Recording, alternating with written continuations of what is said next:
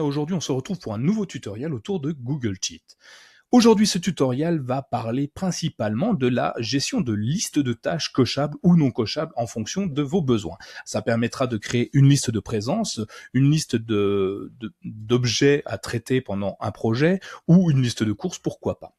Donc l'idée est très simple. Je veux qu'à travers des cases à cocher, je puisse rayer une ligne complète et changer la couleur. En l'occurrence, vous voyez, sur ma première ligne, la ligne C2, je peux cocher et ça rayera donc la totalité de ma ligne et la passera en vert. Et les autres restent évidemment non cochés, donc ne bougent pas de style. Mais pour faire ça, il y a quand même quelque chose à faire, puisque ça ne se fait pas tout seul. Alors, on va ouvrir tout de suite une feuille blanche et on va commencer à créer notre tableau de checklist de liste de tâches. On va créer une priorité, une colonne priorité, une colonne tâche évidemment, tac, et puis une colonne fait non fait. Allez, soyons fous.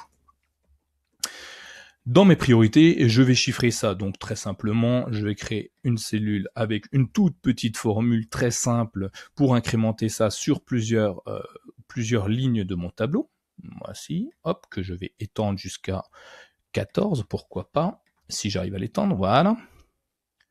Ensuite, je vais créer des tâches, alors tâche 1, tâche 2 et ainsi de suite. Voilà, tâche, je vais y arriver, évidemment, sans faute, c'est mieux.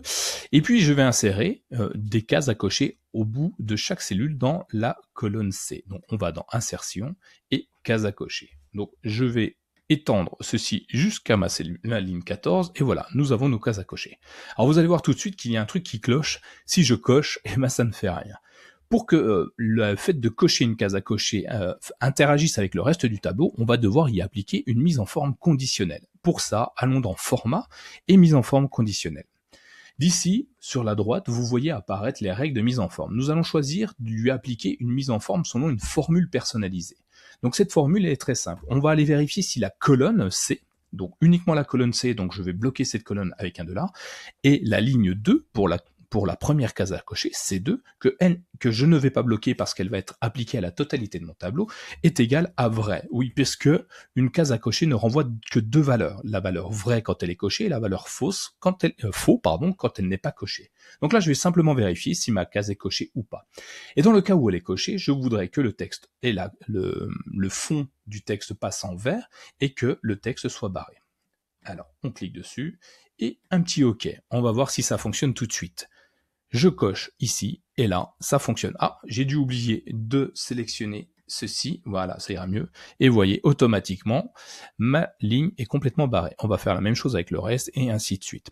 Alors, ce qui est intéressant également avec les cases à cocher de Google, c'est qu'on peut leur apporter autre chose que du vrai ou du faux. On peut lui donner une valeur chiffrée.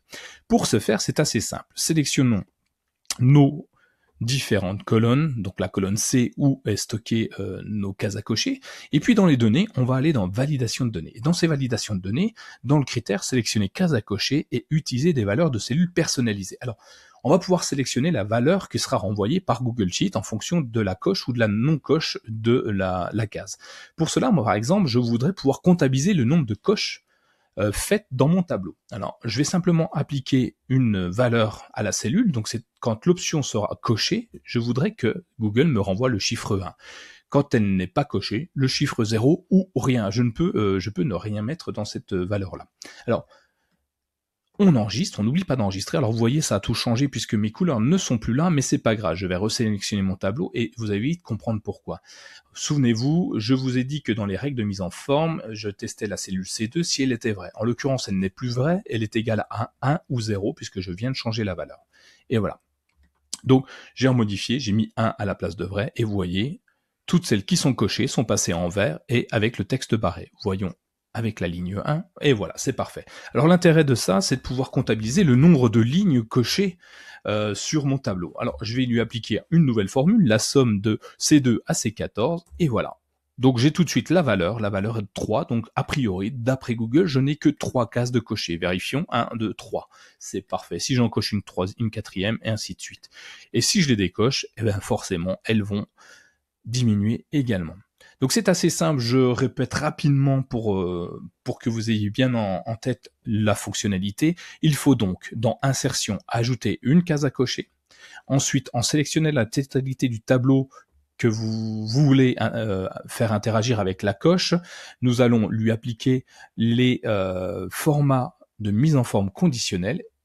Nous allons sélectionner une formule personnalisée pour lui expliquer que, en fonction du résultat de la coche, donc en l'occurrence chez nous C2, il y aura 2 actions à faire, c'est-à-dire passer le fond en vert et barrer l'écriture.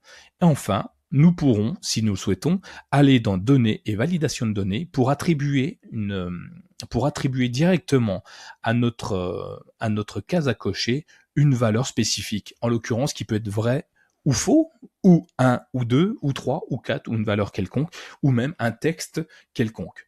Voilà, c'était simple.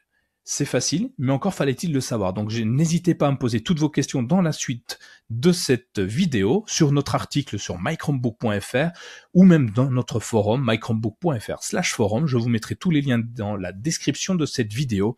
Et puis je vous dis à très bientôt pour un prochain tutoriel sur Google Sheet.